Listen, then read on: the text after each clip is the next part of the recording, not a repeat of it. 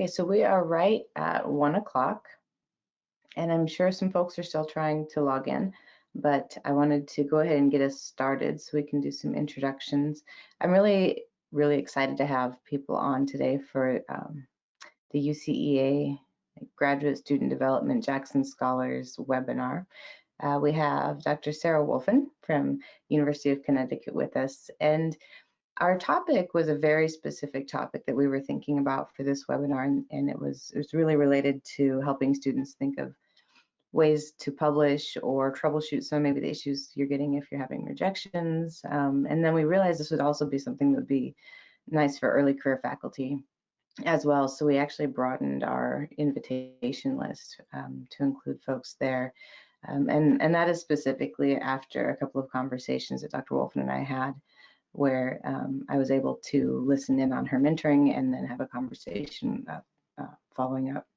And I thought it would be valuable for all of you actually to hear what she had to say, because I was even taking notes and I've been doing this a minute. So I will let Dr. Wolfen introduce herself and share what she would like to share, aside from being a fabulous colleague, an excellent professor, and now a member of the executive committee, correct?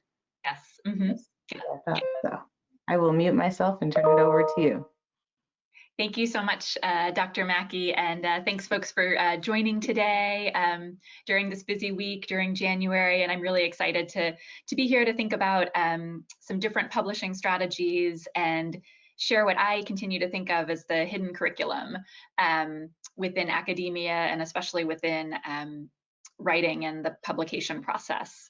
So Eugen, could you please share the next slide? And then the next slide. So we are in the Publishing Strategies workshop.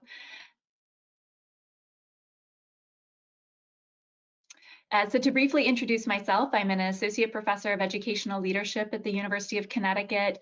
My research uses organizational sociology to understand the role of leaders in education policy implementation. I've done a lot of work around the role of instructional coaches in reform efforts, as well as how district and school leaders interpret and enact different types of instructional policies that are aiming to shift the nature of instruction and produce more equitable outcomes in schools and in society. I am a runner, and I oftentimes use analogies between running and the writing process and many aspects in academia. I have run marathons and even ultra marathons, but it all happens step by step. And so it's the same thing with publishing and writing, is very much a sentence by sentence, paragraph by paragraph, article by article process. I also shared a picture of open court reading because before I was in academia, I was a reading first reading coach and an elementary school teacher, and I had lots of questions about different instructional programs and about professional development and about whether and how they were equitable and whether or not they were good uses of resources. And those noticings and those questions continue to pop up in my work. I also have this image of the letter T because I'm a mom and I have a 7-year-old child, and his experiences in elementary school have helped me notice and learn new things about both our policy system as well as leaders' work. Recently, I asked my child what principals should look for when they go into classrooms, and right away, they said that principals should make sure that there were lots of books in the classroom. And I think it's really important that we listen to kids' voices, and we also pick up on what they're seeing through their eyes about policies and practices and whether or not things are quality and equitable. So this has sort of added my level of care and driven my research. Lastly, I have a picture from the before days. So before the pandemic, I used to love going to a good restaurant, having a very nice dessert. And the slice of cake is also kind of one of my rules, is that we, we celebrate after each stage in sort of in academia and in the publishing process. And so cake or cupcakes or a baking project are all well earned as you navigate these different steps in publishing.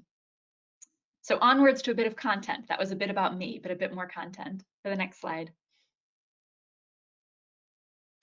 So today I'm going to talk a little bit about some things to think through before writing, during the journal article submission process, as well as post-submission. And some of these things are insights from my own sort of writing process. Some of the insights are from kind of mentoring and teaching others who are going through the writing process. Even others are noticings as I have served as a reviewer on multiple journals. And finally, multiple noticings are from sort of my editorial roles. So I've served as an associate editor for EAQ several years ago for several years, and I'm currently a co-editor of Educational Researcher. And so in these editorial roles, we see a variety of manuscripts about a variety of content areas and topics, and I've been able to kind of analyze and synthesize kind of across these pieces, what are some things that sort of distinguish articles that make them high quality, that make them appropriate for particular audiences and venues. So I'm really excited to share some of that, to make some of that transparent today. So firstly, a few considerations for before writing or before you're in the weeds of submitting a piece. A first step is to think carefully about the audience and the specific journal that you wish to target. Is this a piece that centers leadership? If so, perhaps EAQ or perhaps Journal of School Leadership is an appropriate venue. Or is the piece actually centering policy and policy phenomena, such as implementation or policy design? And then you may target a slightly different journal. And so by targeting the journal, it helps you choose what's going to be sort of your kernel argument. Are you putting the leader and the leader's work at the center? Or are you actually centering kind of the policy implementation process? And then sort of mentioning kind of how and why the principal was involved in that implementation process. It's also important to decide, is this going to be a theoretical piece where you advance a new framework, and certain journals are more or less open to those sorts of conceptual pieces? Or is it an empirical piece where you are already kind of applying an existing framework and discussing sort of the data that you have on this issue or on this framework? I also encourage you to really carefully review what are the journal's objectives, and take time. I'm not sure if this is, I'm not sure if that, through the webinar, I cannot click on the live links, but for instance, each journal typically has kind of on their submission sites, they explain, they'll have several paragraphs explaining these are our journal's key objectives. We wish to contribute to these domains of education research. We wish to advance discourse on this and this in education, and trying to think carefully about how you sort of weave that into your piece. Now, obviously, I'm not suggesting you sort of copy and paste their mission statement into your piece, but to really sort of use that as sort of as a kernel or as a spark as you develop your argument, especially as you write the introduction, portions of the abstract, and perhaps in the discussion and conclusion. Because I think some of the points from those journal sites can be really, really strong, kind of pithy kernels of sort of where you want to go. Where are you contributing this piece to? And so you can kind of talk back to what the journal is explaining as their core aims. Also check what are the different modalities that they're open to. So again, are they open to policy briefs? So for instance, both EPA and Educational Researcher have this briefs format, which is a much shorter version of an article to share one really narrow slice of your data or of a framework to present to certain audiences. And that's a different type of modality than a full-length, 35-page empirical article for different sorts of journals. Within that, think carefully about what are the specifications. So while these journals, there's oftentimes a bit of wiggle room on words and page limits. They're not, I wouldn't go overboard on that. It is important to sort of keep to some of the specifications, and some of that includes headers, some of that is formatting. And again, it's something to keep in mind before, during, and right before submitting. So a key technique that I want to share, and that is near and dear to sort of part of my process and as I mentor others, is to find mentor articles from the journal that you're targeting. So for instance, if you are targeting American Journal of Education for a certain piece, pull a couple articles recently published in that journal that are addressing either similar frameworks or similar topics or using a similar methodology is what you're planning to do. And from that, you can see how these successful pieces within that specific journal sort of approached the setup of the paper, the organization of the article, and such. Also within that, it can give give a really nice hint about sort of how and whether the journal is open to sort of different genres, different methods, etc. And again, clearly you are not looking for a paper that's doing exactly what you're doing, but you're trying to find some of the parallel or analogous pieces. So if you're studying something about principal's role in adopting when there's a new science curriculum, maybe you find a different piece that's looking at principal's role when a district is adopting a new math program. And so you can see sort of, okay, this is some of the literature, this is a little bit how they situated the issue, etc. And perhaps more importantly, the model articles really help you see what sort of the organization and structure that journal tends to aim for. The final piece before writing is to be careful about what's one article versus two. So oftentimes, Dr. Mackey and I have had conversations with this, it's easy to accidentally pack 3 articles into one. But there are tons of benefits to sort of kerneling down and sort of almost starting with a smaller article and then figuring out how and what you need to add. And in addition, by dividing your dissertation or by dividing a large project into a couple papers, you can really think about how to twist or flip particular results for different audiences. So going back to what I started with at the very beginning, you may decide that a portion of your dissertation really is about leadership, and you want to tell something really important about leadership that will advance the field of leadership. You could then subdivide and have a separate paper that's telling us a little bit about leaders' work in policy, and that's actually sort of a policy-specific article that's contributing to the field of ed policy. And by separating it in that way, it helps you kind of create 2 stronger, clear narratives on either leadership and policy. And that's in contrast to sort of having one massive paper that's telling us everything under the sun about these, yes, interconnected things, but at a certain time it becomes overload for all involved to deal with it in this interconnected way. So the next slide, please. So we've sort of transitioned from before to during writing. We're now in the writing process. We're using those model articles.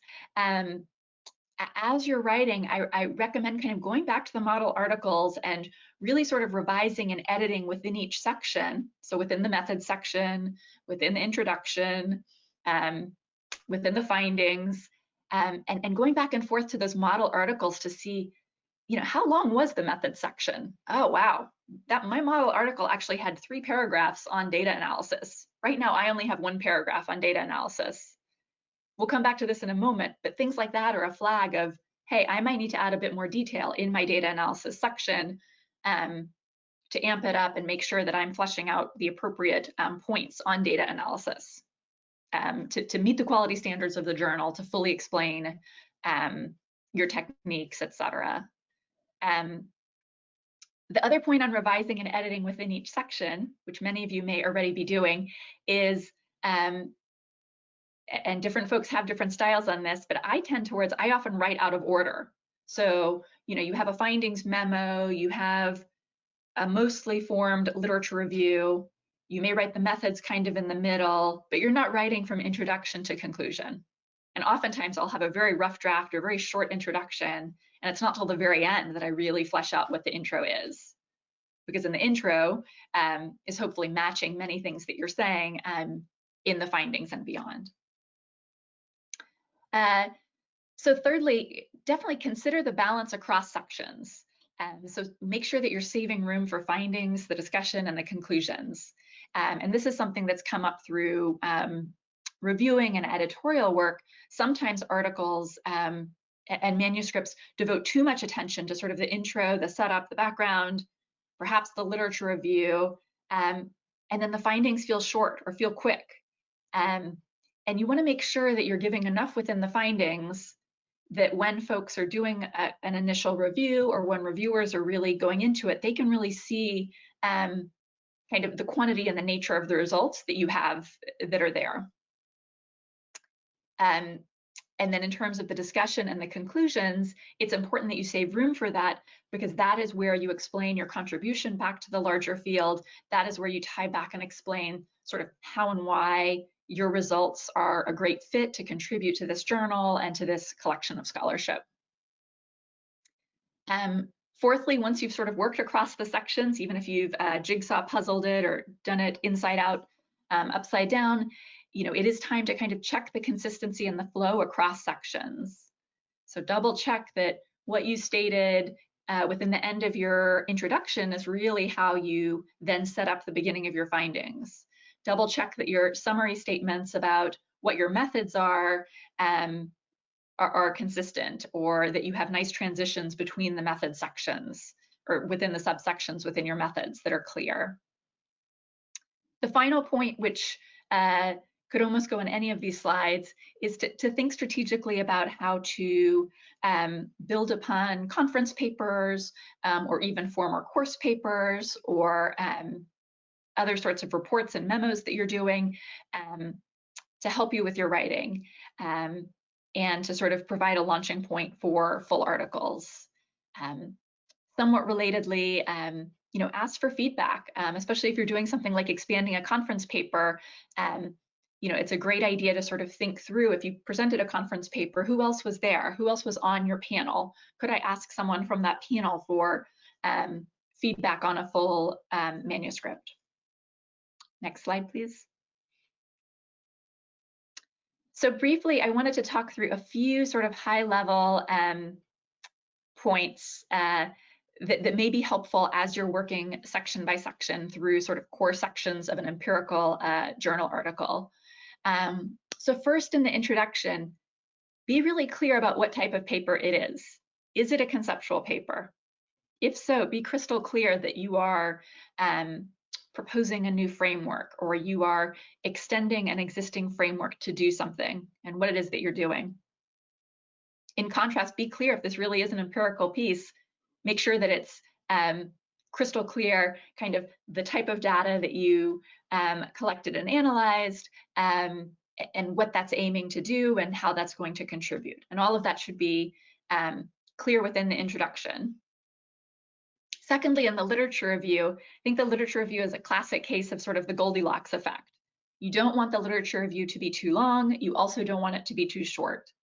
It's not a book report on everything related to your topic, but you also need to show that you've done enough of the lift and have enough of a sense of where your piece is sort of rooted and situated.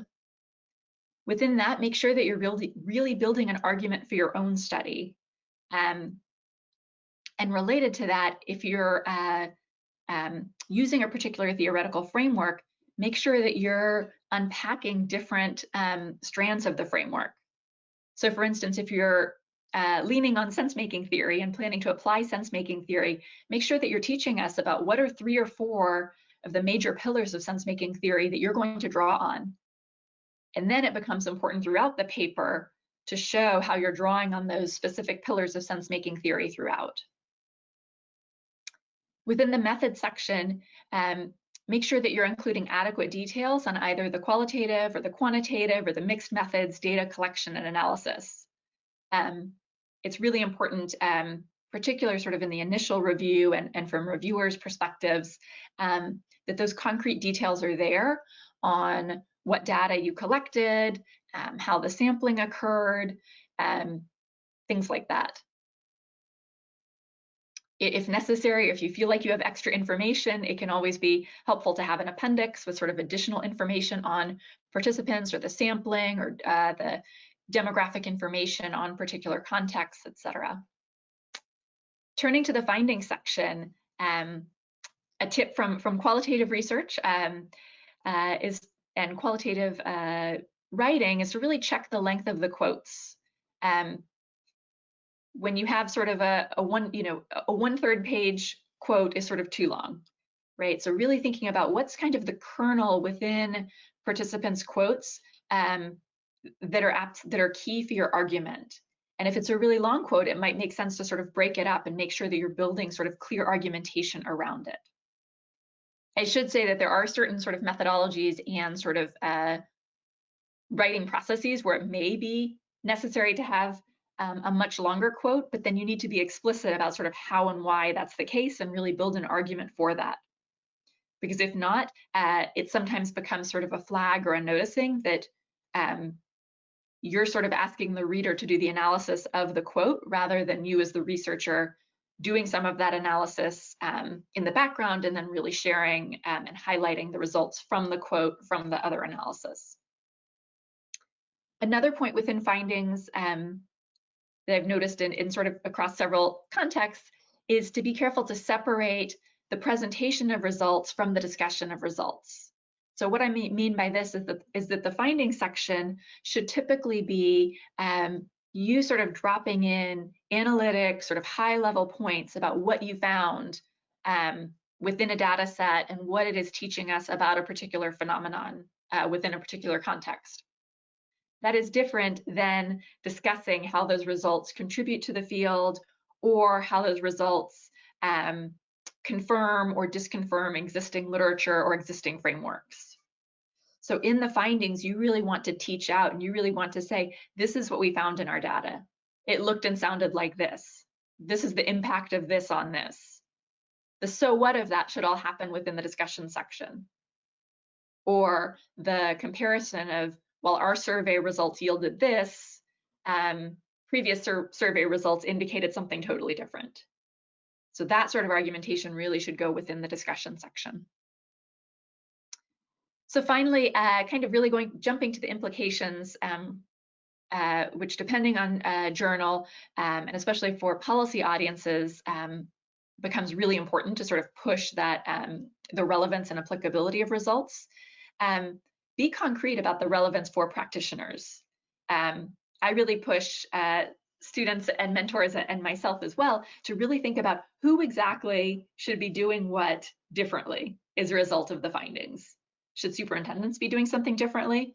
Do we want state policymakers to think about issues in a different way? Do we want parent advocacy groups to operate in a different way? So really choosing the who that relates to your study that you want to put forth that, that implication for. So as a result of my findings on this and this about principals' role in detracking, it is vital that principal preparation programs address this, this, and this. As a result of my findings on the nature of special education teachers' professional learning opportunities, it is crucial that district leaders design PD that looks like this, this, and this. So my implication has a very concrete who, and it's tied to my results, and it's really putting forth a suggestion of who needs to do what differently based upon the results that I generated or that you generated clearly through your study. Lastly, be clear about future research directions. And several journals, including Educational Researcher, really want research to not just sort of be the one finding on the one topic that you so wonderfully kind of generated and packaged. Instead, what's important is that you're able to show and explain how others can apply and build upon your results to generate additional results that may confirm that or extend your findings and just sort of push the whole field forward. And so in that, it can be really useful to share and give some food for thought about what other researchers should do. Other researchers should apply critical race theory to expose these aspects of principals' work. Or other researchers should use survey methods to understand parents' experiences in school choice, and really sort of unpacking, like, what are the methods that should be used? Why would that be useful? What frameworks? My examples were not adequately fleshed out, but I'm trying to give a little bit of food for thought for being clear in the implication section about what future research could look like. Next slide, please.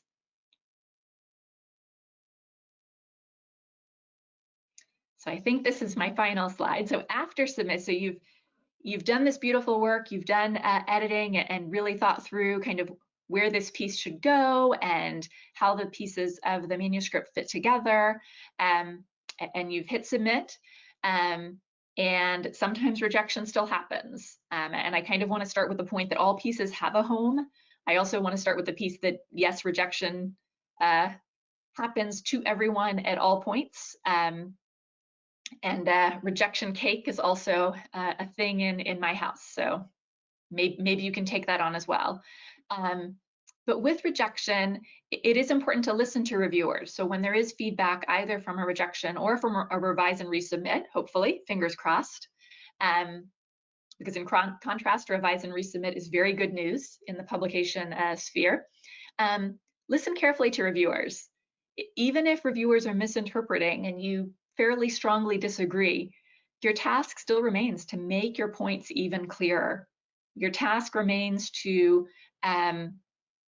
clarify somewhere. Sometimes it's exactly kind of how and where what the reviewer noticed. Sometimes you have to flip something somewhere else. Sometimes if you're not clear enough about the purpose of the piece, later below reviewers get confused or concerned. And finally, if you do have a revise and resubmit, it's important to clearly respond to the different reviewer comments in some sort of memo or table format. So really explicitly showing kind of based on, reviewer one, this was their first comment, bullet point, this is how we addressed it. We, thank you for this feedback. We added information in our methods section on A, B, and C. Comment number 2, I had concerns that the discussion section didn't mention this. Thank you. We added 2 sections to our discussion section that address A, B, and C. And I finally kind of want to say and link to the notion that, and going back to the notion of this all happens step by step with the recommendation to just keep swimming, to keep going with these processes, to ask mentors and advisors and colleagues and your cohort mates for suggestions, either on other journals to submit to or other ways to sharpen the piece as well as your writing. And I do hope that these ideas of sort of steps and considerations before, during, and after submitting help make some of this more transparent and help you keep swimming through this. So thank you, and I'm excited to have some questions and comments with Dr. Mackey, and then hopefully some of our audience as well. Yeah, so thank you, first of all. That was very, very helpful. And now, like the 3rd time we've had the conversation about it, I still learned some things. So I think that's an excellent sign, right? You have a good way of not only putting forth the point, but then I thought your illustrations were actually super helpful as well. So I'm sure that any of our graduate students listening probably probably appreciated that as well. So I have some questions, and I want everybody to know, if you have questions for Dr. Wolfen, type them out into the chat box, and we can then read them to her after we ask some of these other questions. And what I did is I thought about the different questions that we get through graduate student development, through the Graduate Student Council, through Jackson Scholars Network, about publishing, and it all just fit really well here. So not only did we try to provide more time for questions, but we also compiled some over the years, or the kind of composite. So I want to jump first to your slide that you had that had the different sections of the manuscript pieces, which I thought was helpful, right? And could you speak just a little bit more, when I think about conceptual framing, about what it means to have it show up throughout, or how it gets woven in, right? Kind of this idea of, and starting your piece here and then making sure that you're also bringing it back. I'm glad you went back to that, because I think that threading the conceptual framework and threading the theory through from intro all the way through conclusions is A, really important, and something, and B, something I'm really passionate about and really work hard on within my own kind of writing and work. And so I'll give a few examples, or I'll try to give one example and sort of show that thread. Um, so you want certain portions of your theoretical framework and conceptual framework to show up even within the intro. Like you want to, in your intro, part of your purpose should be, I am applying structuration theory to understand the implementation of discipline policies in elementary schools. And so you want to kind of say, you know, in your part of your introduction is like, the purpose of this paper is to apply structuration theory to understand how discipline policy is implemented in elementary schools. And so that like, it's baked into the intro already. And then obviously you have a literature review, which might be about this topic or phenomenon. You're probably reviewing kind of generic literature, not generic, but broad literature on discipline policy. But then you're putting us into this, you know, the theoretical framework. And that's where you're teaching out, here are these like 3, 4, 5 things you really need to know about structuration theory and that I'm going to use throughout this piece. And making sure that you're tying it to kind of the phenomenon and the context. So giving some examples, like, other scholars have used structuration theory to understand this. In this paper, I'm using structuration theory, again, to look at the implementation of discipline policies. It should come up again in the methods. So if it's a qualitative study on this, you know, you should say within the data collection, you know, to understand the structuration of discipline policies in elementary schools, I collected data on A, B, and C. This helped me notice something about structure, something about agency, something about structuration. So again, it's showing up, you're explicitly kind of linking back to the theory and to even concepts that are subcomponents of the theory within the methods. Clearly within the findings, or maybe not clearly, but it's really helpful to have within, hopefully clearly, how about that? You're going to it's really nice to have sort of finding sections that map on to components of the theory, or again, sometimes subsections will start with, you know, I'm going to give you a quick reminder, structuration theory is often really concerned with this, this, and this. Hey, in my data set, I found that, yeah, this, and this really mattered, and this really percolated in this setting. In the discussion section, you're going to want to make sure that that theory comes up again, and that, again, you're explicit that this was exactly how the piece then contributed to the theory. So kind of the discussion section is a great place to say, you know, previously scholars using structuration theory have paid attention to this or have found this. In contrast, we actually found this, this, and this about these structuration processes. This actually pushes structuration theory. This helps us notice new things about the theory, or this raises questions about applications of the theory. And then finally, kind of again in the implications, that is also a place to sort of explain that an implication of this is that we have this new understanding of the theory itself. I think I know that was probably maybe too much detail in each section, but I think a key portion within that is that you as the author are, not you, Dr. Mackey, but we as the authors we're doing that lift. We're being crystal clear about, like, I'm still talking about the theory here. So I think something that I've noticed is that sometimes it's like implicit. It's like, be more explicit, like wave the flag and say, like, you know, in line with structuration theory, I analyzed my data using a 4-step process. Step 1 was this, step 2 was this, step 3 was this. And at the end saying, these 4 steps helped me collect and analyze data tied to structuration theory. Like, you're really, make sure you're holding the reader's hand, because readers and reviewers are sometimes doing this late on a Sunday night, or are very tired from all things pandemic, and so, or whatever else. And so it's, you as the writer, it's so natural to you, because you've been in that data, you've been in that theoretical framework.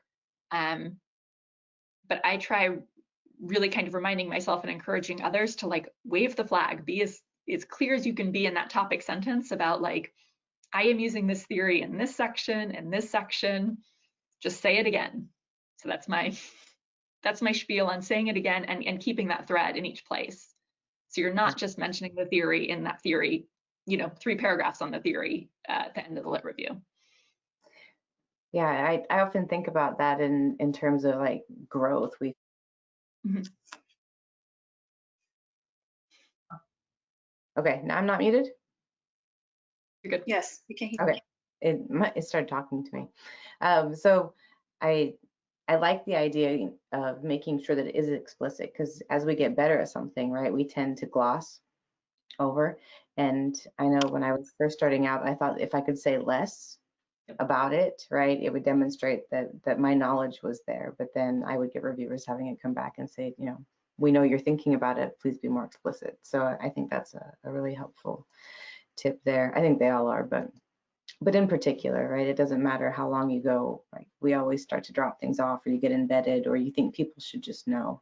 And so I always write as if nobody has any idea and has never had a conversation with me, because it's easier to remove things than it is to put things back in after it's been rejected. So from that, I want to bounce over to literature reviews, because this is another area that people really just have a difficult time thinking through, particularly if they're doing dissertation work where they have so much space, right? So I've heard you talk about literature review and using literature like in this idea of pillars. So could you discuss this a bit for the audience and I think help make that a little bit clearer to them as well, how that would look? Yeah, so there are a couple of things within that. I think it's really, it's important either within kind of an article lit review or in even a larger lit review to start to really sort of separate out kind of pillars of the literature or sort of chunks or buckets of the literature, and sort of kind of keep those and analyze the sort of separate, not separate, but yes, kind of the separate sort of sections and arguments of the literature together. So for instance, we'll go back to discipline policies. You're doing a massive literature review on discipline policy. You might need a short section that's almost kind of a historical overview, or what's the historical trajectory of discipline policies. That becomes sort of one pillar or section of the literature review that you work within and build out and sort of can craft an argument on that. That's separate. Then you might have a separate section on discipline policy that's related to what do we know about the impacts of discipline policy. And so that's where you would be collecting kind of the impact studies on various discipline policies and creating an argument that we know that discipline policies do this and this and this with regard to disproportionality. Discipline policies can lead to this, this, and this. They may have certain benefits in certain contexts. And then you might have a third sort of pillar or section that relates to, what are the mechanisms of discipline policy implementation. And so another sort of pillar or another stool that this lit review or another bucket of this literature review is really about that. And I think part of the push within that is that it helps you kind of really keep an argument within each of those buckets or pillars. And then you can build kind of the bigger umbrella argument across all of it and helping explain like why for this particular study, it was really important to take into account something about history, something about impacts, as well as something about the enactment itself, or at least to kind of situate it within what we know from each of those different buckets. Thank you. So I have a few more questions, but I'm going to pause here, and Eugen has some questions from the audience for you. Dr. Finn, thank you so much for today's great presentation. Hello, everyone. I'm Eugene Oh, MSU graduate student who is managing today's webinar. So I have received some questions about this presentation. The first question is, when is a good time to pursue publishing as a PhD student? Advisors push differently on this. So before going to job market, when is a good time to submit the first manuscript? And how do I know that my paper is ready to submit? Would you share your first publication experience as a graduate student? Great question. So I probably use humor too much, but nobody is ever ready for anything. That's one of my mantras, and yet we have to do things, right? So, and no paper is ever ready for is totally ready for anything. But more seriously, I mean, it's and with that, I really think there's never also a wrong time to like take that leap. But you do need to be thoughtful about what can best set you up for the submission process. So thinking about that, I think that you know, I strongly encourage students to try publishing. I know different institutions call these different things, but they're qualifying paper, or if you've done a pilot study for your dissertation, oftentimes those are of, you know, can be bolstered and be of publishable quality. And so I think that you know, it's a great idea to really think about how some of those qualifying papers or pilot study projects can be sort of amped up and refined and revised to submit. Kind of going, thinking back to what was my first. So I published a couple pieces that were co-written with advisors and mentors while I was in graduate school, and so that was probably my first sort of submission, was sort of a co-authorship piece, and my first individual submission was not until was from my dissertation data. So I submitted during the dissertation process, kind of from dissertation data. But going back, I think the you know, I think that when you're publishing and aiming to publish kind of as a grad student, this is a really great thing to sort of talk not just to your advisor to, but other mentors. So, you know, if you have a hunch that you have a piece that you would like to get out there, and, you know, if your advisor doesn't necessarily feel like it's the ideal time, you're open to have another conversation with somebody else if it makes sense to get the piece out there.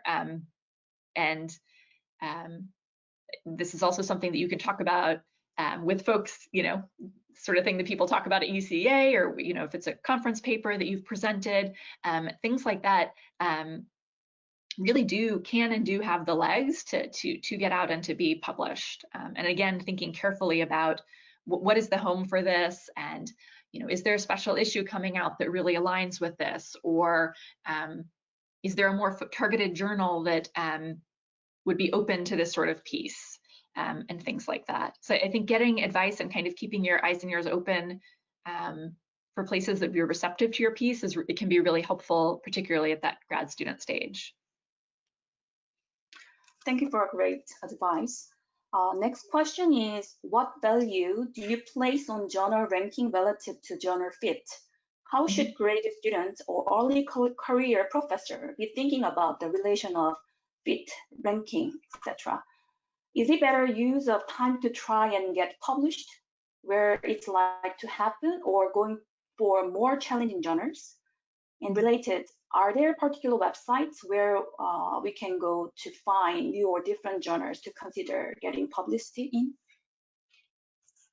Great. Sorry, Sarah. That's okay, no problem. I think can you hear me now? Yeah, okay. Very good question. I will not use humor this time. I'll be very serious. Dr. Mackey knows how serious I am at all times. Okay, that was humor, but it's a very good question. You know, I think that you want the intersection of both, to be frank. And this is also where subdividing your work makes a difference. So the challenge and/or the opportunity is your dissertation is going to be much more than one piece. Hopefully your dissertation is 3 or 4 publishable manuscripts, ultimately. Maybe 2, maybe 5, right? But I would say that 3 or 4 is kind of the home base within that. And so, and some of that could be conceptual, right? So you might have one piece, you might do a systematic review as part of your dissertation or linked to your dissertation. You might have a short policy brief that's related to your dissertation. You might then have 2 large empirical pieces grounded in your dissertation data. That's already 4 publications from your dissertation study. Because again, you're this expert on discipline policy. You're going to have something to say conceptually, you're going to have something to say to policymakers, and then you have this rich data set that you can write at least 2 articles off of. So with that, the part of the calculus becomes, which of these pieces am I really saying I want to shoot for EAQ, I want to shoot for AARJ? Is it the conceptual piece? Is it one of the empirical pieces that rises to that has the weighty data within it? And then you might decide there might be one piece that's, it was interesting and cool data, but there might not be quite as much there, or it might be a bit more niche in a way. And you might say, you know what, I'm going to target a different journal that maybe doesn't necessarily have that impact factor, and yet it's very open to this sort of piece.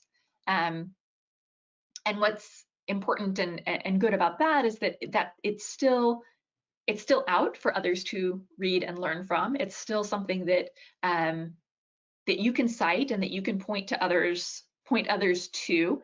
And it can be sort of a kernel for sort of the next project, right? It's a hint that, like, this is one piece on, one angle of this related to the principalship. Somebody else should run with this, or in my next study, I'm going to further examine this. And maybe that next study, you're then targeting to sort of a different journal with a different impact factor, et cetera. I think that's a great question about the list of journals. As far as I don't have one off the top of my head. I think that a lot of it is sort of, it's based on,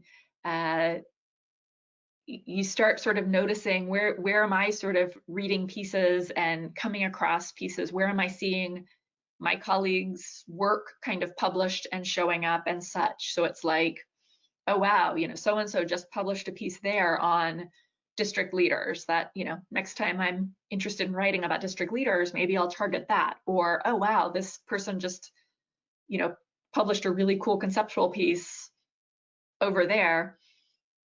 Next time I write a conceptual piece, I might look target over there. So to me, it's a bit more kind of through networks and through sort of doing a little bit of analysis of pieces that you're reading and coming across.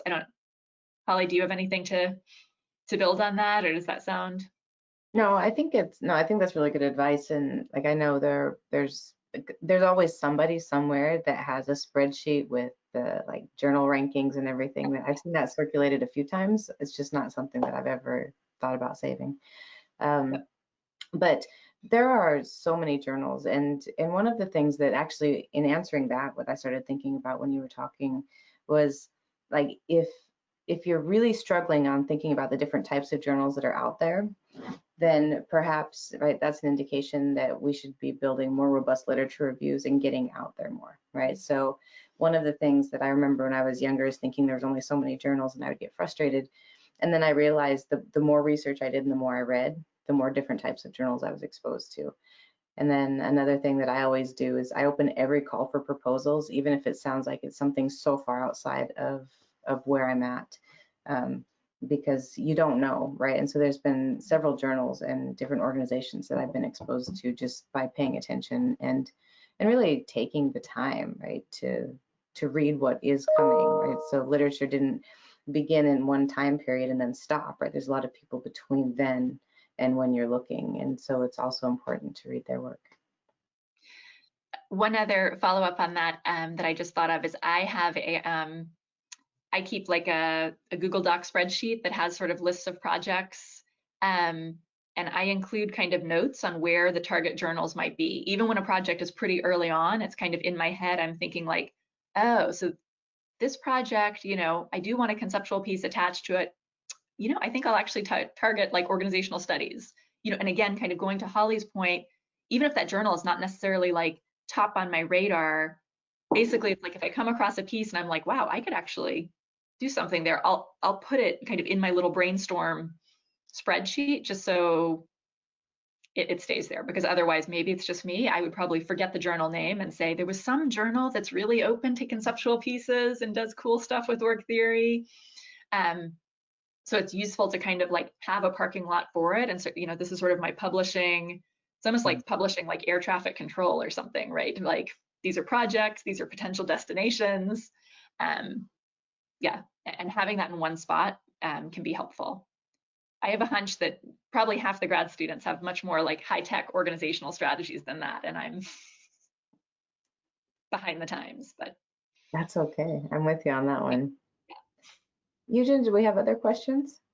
Yes. The next question is, I would like to know what would be the ideal distribution for a 7,000 word limit manuscript?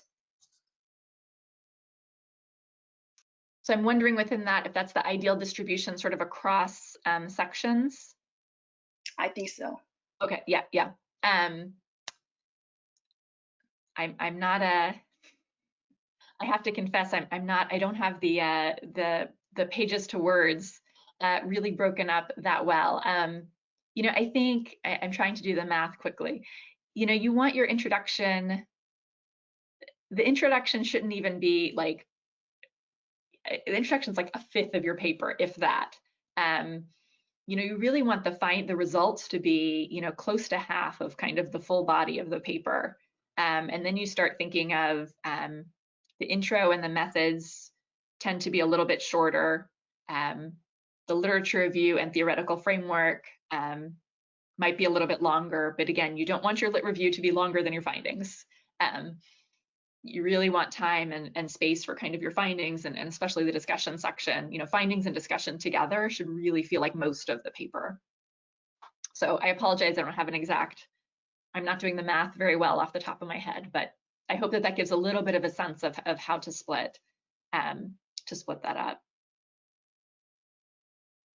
Okay, the next question is it's about impact factor. So one of the students said, I hear journal impact factor is a thing. Can you explain that a little and its importance? Yeah, so I don't have the precise calculation off the top of my head, but the big picture for impact factor is it is kind of the average number of citations that an average piece within that journal receives in a year, I believe.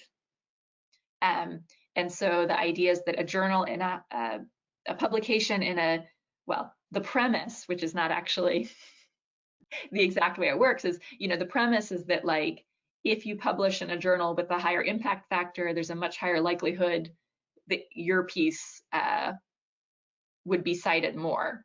However, you know, when folks have actually done those sorts of calculations, it, you know, things are not always, you know, law of averages. Somebody, you know, you could have like the most cited piece in a very in a journal with a lower impact factor and get a lot more citations than someone else who's published a piece in a high impact factor journal, if that makes sense. So, you know, I think it's this is the sort of thing that's important to ask your advisor about. Also ask your department chair about if you're a junior faculty member. You know, when you're in an institution, sort of ask like to what degree, you know, tenure and promotion, during the tenure and promotion process, to what degree are you looking at impact factor versus other metrics, and sort of keeping that in mind again, and sort of the balance of where you're publishing, and how are you tracking kind of the use and application of your work more broadly, whether it's things like your H-index as a scholar, or even things like you know, your work being picked up by NPR, by the Washington Post, right? There are other ways that people's work gets out there than just being able to make a nod that, yes, I have a publication in a journal that has a high impact factor. That tells us something, but that clearly doesn't tell us everything about either impact or even kind of the quality or the degree to which your piece was cited and used.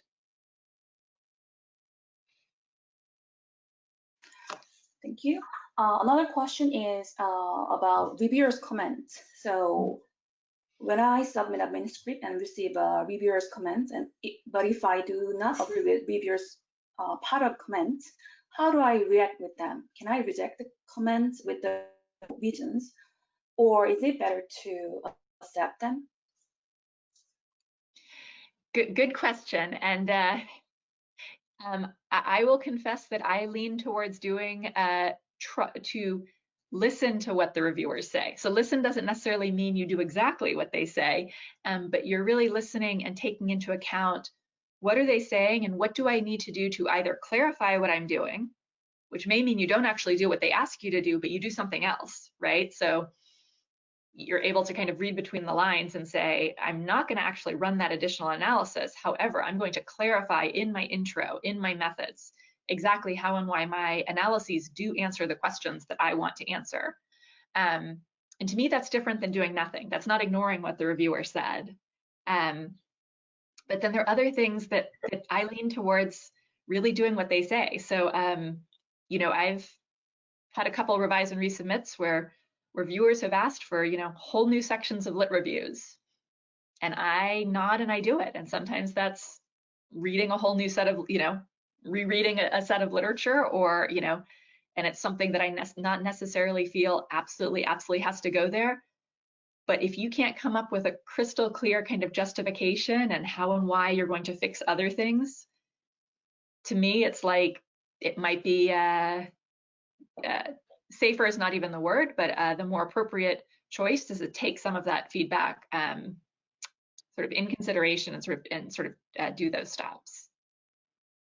Well, and I agree, right? just let's say that. But there are times I think that you don't realize how much more you know than what your reviewers might know, and your reviewers are a good indication of your audience. Yep. So, I've even had times where, like, I thought something was so clearly like not like the reviewers really just didn't even read, right? Because if they had, they would have caught this. And then I realized, like, it really is typically you, right? Because you have to figure these are people who are selected to review who have some sort of knowledge of your area. And so when this is going out to the general public and they have perhaps no understanding of your area, right, then those things also need to be clear. And so sometimes it can be even just adding an additional citation, right? Sometimes it is going back into another section, but I found that it's very rare that there isn't something useful I can take from every comment. But there have been a couple, just because I work in Indian Ed, that it was very specific. But I also want to kind of, thanks, Holly. And the one other point I want to add is that it is fair game to go back and ask an editor. So if you really have something that you're on the fence with, so maybe I wouldn't necessarily do, obviously you're not doing it for like every review, but if, again, if a reviewer is saying, we want you to run this whole other analysis, and you're like, I'm really not, if you are pretty darn sure that's not necessary, that's a good question to sort of email the journal editor and say, reviewer 3 mentioned running this additional analysis. I've been thinking through, and for these 3 reasons, it doesn't necessarily make sense. I'm doing a bunch of other revisions, on behalf of, across the reviews, et cetera. And sometimes they're able to give some guidance and feedback on that. Yeah, so I think to sort of, I hinted at this at the beginning in terms of the hidden curriculum, you can ask editors for kind of peaks and for advice on where to go with reviews. You can also, the other piece, you can always ask them for an extension. So if you're like, man, this is a huge revision and there's other stuff going on, never let the deadline pass, but also don't crunch it just because there's that deadline there. Like, that's what editors and that's what, journals know that, but, give the heads up. Okay, so we have 2 minutes left. Is there? Yeah, still we have several questions, but the time is almost up. So if it is okay to Sarah, maybe they can get to you with the questions. Well, and we can forward the questions that we have as well to you, so you have some in advance. But we just want to thank you again for doing this for us. I think this has been really, really helpful for people. And similar to Eugen just saying, if you want to email Dr. Wolfen, right, and ask her questions, then certainly you can do that. But in general, if you have any questions about the content, or you want some things taken apart, Sarah's always been extremely with our graduate students and very generous of her time. So do email her, and remember it's a pandemic, so give everybody more time to respond. Although you're fast, I have to say. really you get that. Thank you to our UCEA graduate student group over at Michigan. You guys have done a good job and even got your first experience with major troubleshooting at the beginning. Thank you. Thank you for your patience. You guys are doing so well. And this will be available under the webinars, under the UCEA resources page once the team gets an opportunity to go in and start it, like cut a little bit at the beginning. And so share it widely, use it in your classes if you're faculty and you're on this. We have actually about 1.5 years now of webinars, and there's some really good topics that we started posting them specifically so you could use them with mentoring graduate students, with directing graduate students to resources, what have you. And just as a last, I'm going to copy and paste in here.